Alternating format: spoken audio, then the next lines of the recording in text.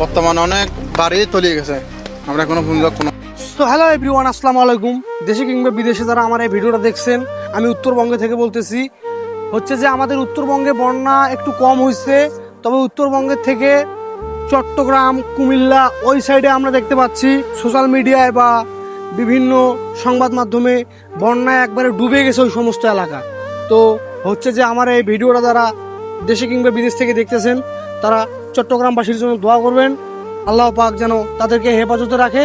আর হচ্ছে যে আমরা তো তাদের জন্য কিছু উপকার করতে পারবো না, যেমন হচ্ছে যে শুকনো খাবার কিংবা থাকার জায়গা, যেহেতু বন্যা হয়ে গেছে একবারে সব ডুবে গেছে ভাই, বড় বড় শহরগুলোও ডুবে গেছে একবারে। তো তাদের জন্য তো আমরা এই ব্যবস্থা করতে পারবো না। তার জন্য আমরা একটাই করতে পারি, মন থেকে দোয়া করতে পারি আল্লাহ পাক যেন তাদেরকে হেফাজতে রাখে এবং কি খুব দ্রুত পানি নিষ্কাশনের আল্লাহ তাআলা একটা ব্যবস্থা করে দেয়। হচ্ছে যে পানির যে একটা অবস্থা, কোথাকার পানি যে আসছে এগুলো, মানে এত পানি, প্রচুর বন্যা ওইদিকে।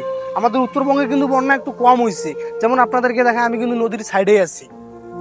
এই যে দেখেন আমাদের এদিকের উত্তরবঙ্গে নদীতে একটু বৃষ্টি কম, তো তারপরেও আমরা যে বৃষ্টিটার কারণে এক সপ্তাহ 10 দিন থেকে বাসা থেকে বাইরে হতে পারতেছি না। আবার বিভিন্নভাবে সোশ্যাল মিডিয়াতে দেখতেছি চট্টগ্রামের যে অবস্থা একবারে ভয়াবহ।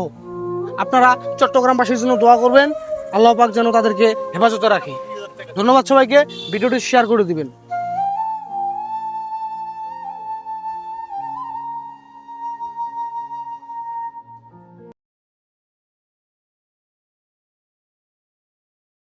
সহযোগিতা কি হয় না, এটা পানি ডুবি বেগুন বাড়ি ঘর বেগুন ডুবি হনি কেন আইয়ে আমরা